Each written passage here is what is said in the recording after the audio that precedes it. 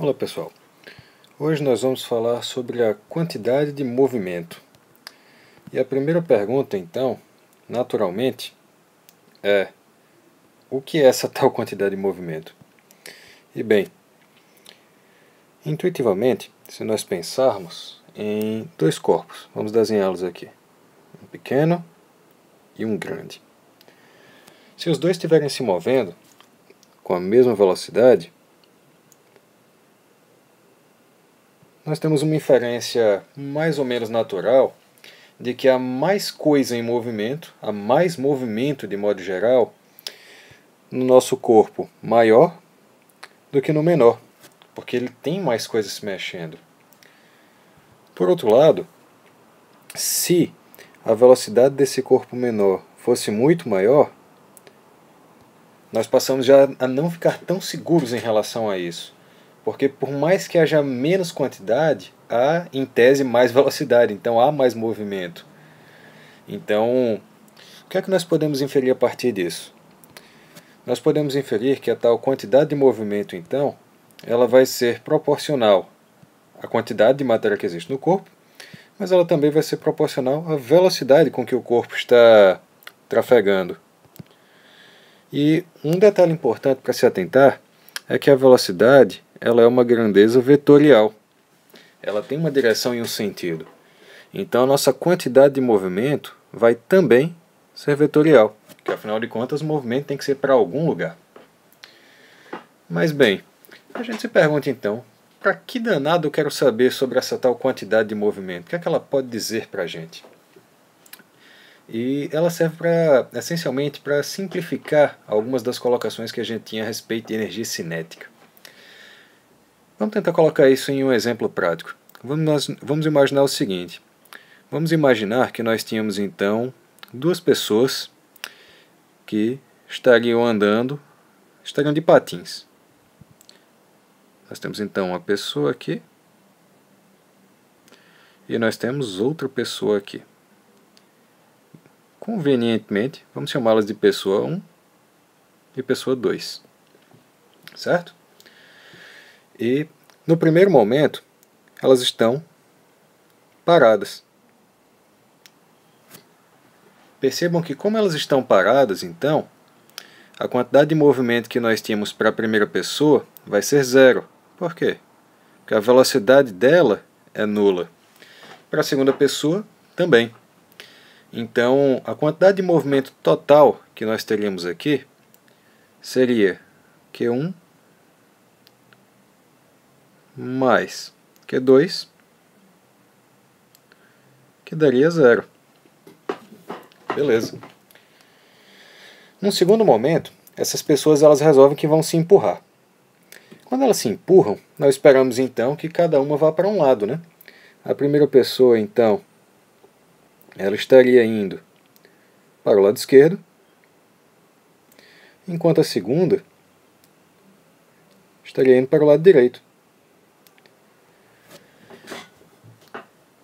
E o que é que nós sabemos aqui então? A partir disso, tem algumas inferências. Uma delas é que se esse sistema é conservativo, a quantidade de movimento total de um vai ter que ser igual ao total do outro. Ou seja, a quantidade de movimento da pessoa 1 mais a quantidade de movimento da pessoa 2 vai ter que ser zero. Por quê? Porque isso era o que tinha antes, então vai ter que ter a mesma coisa depois. Percebam que, uma vez que as pessoas nem engordaram, nem emagreceram enquanto estavam se empurrando, elas mantiveram a mesma massa. Então o que é que vai estar fazendo com que essa soma seja zero?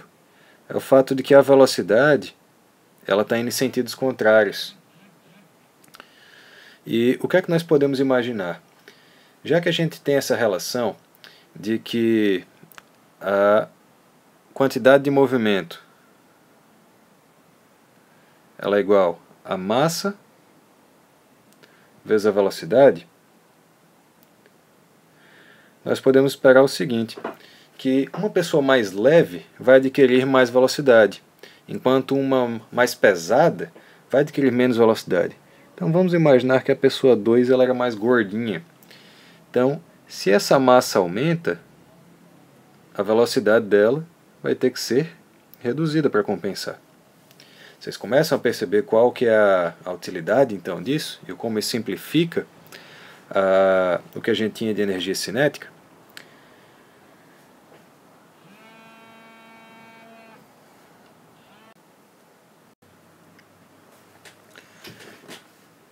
E onde mais então nós podemos encontrar alguma utilidade para isso daqui? Bom, a outra utilidade para isso é calcular o que é que vai estar acontecendo quando nós tivermos uma batida, uma colisão. Vamos imaginar então que a gente tem aqui um caminhão que vai bater num carro. Vocês já repararam quanto boa parte desses exemplos de física são cruéis, como vive tendo batidas? Mas bem, basicamente, nós vamos ter então a massa do caminhão, nós vamos chamar de M1, e nós vamos ter a massa do carro, que nós vamos chamar de M2. E cada um deles vai apresentar uma velocidade. No caso, vamos chamar aqui então V1 e V2. E o que é que vai acontecer? Nesse tipo de colisão, basicamente, existe uma energia cinética que vai estar associada para cada um dos veículos, tanto para o carro quanto do caminhão.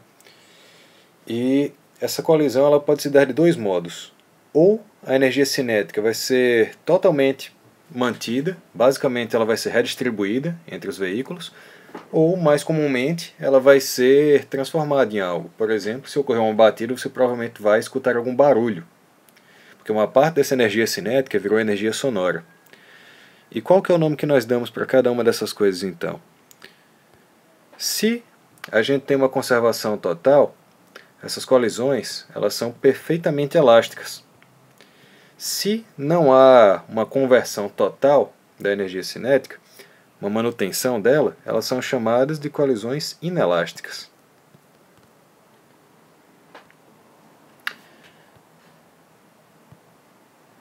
Então, percebam que, se nós soubermos da velocidade e da massa de cada um dos veículos, nós temos como calcular a quantidade de movimento de cada um deles antes da batida, e, se essa colisão for perfeitamente elástica, nós temos como calcular a quantidade de movimento depois da batida.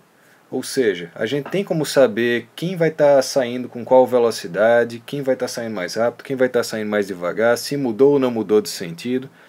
Por exemplo, se o caminhão está vindo num sentido e o carro está vindo em outro, como que a gente sabe se essa batida vai acabar com os dois se repelindo, se alguém vai mudar de sentido? Basicamente, pela quantidade de movimento. Por esse cálculo daqui que nós vamos estar fazendo.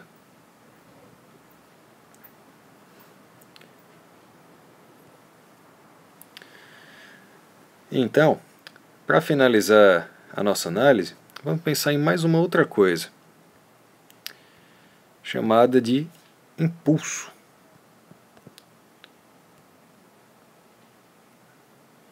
E o que é o impulso? Essencialmente, o impulso ele é o quanto que vai estar sendo alterada a quantidade de movimento. Ou seja, vamos imaginar então que nós temos aqui a nossa bolinha que estará sendo empurrada por uma certa força, F.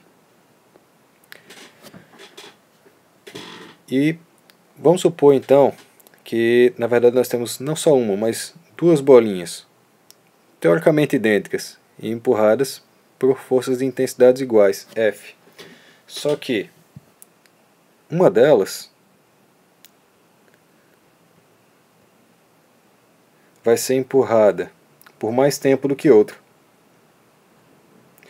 Ou seja, caso as duas tenham a mesma intensidade, o que nós podemos esperar é que uma delas seja empurrada só até aqui, enquanto a outra passaria disso.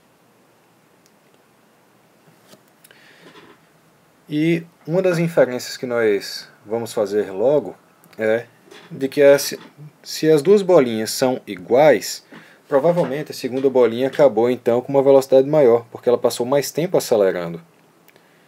Ou seja, o nosso impulso então, ele pode ser formulado matematicamente como sendo, melhor desenhar normal aqui. O impulso vai ser igual a força vezes o tempo em que ela vai ser aplicada.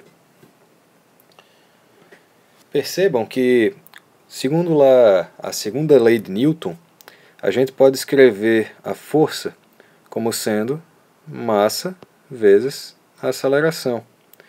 Ou seja, nós podemos dizer que o impulso é massa vezes a aceleração vezes a variação do tempo. E atentem que esse detalhe daqui, a aceleração vezes ΔT, é justamente a variação de velocidade que ocorre em algum corpo.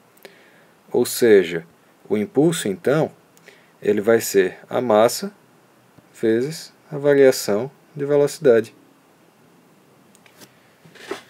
E isso daqui, a massa vezes a variação da velocidade, que eu vejo agora que eu escrevi errado, inclusive. Vamos ajeitar. Variação de velocidade.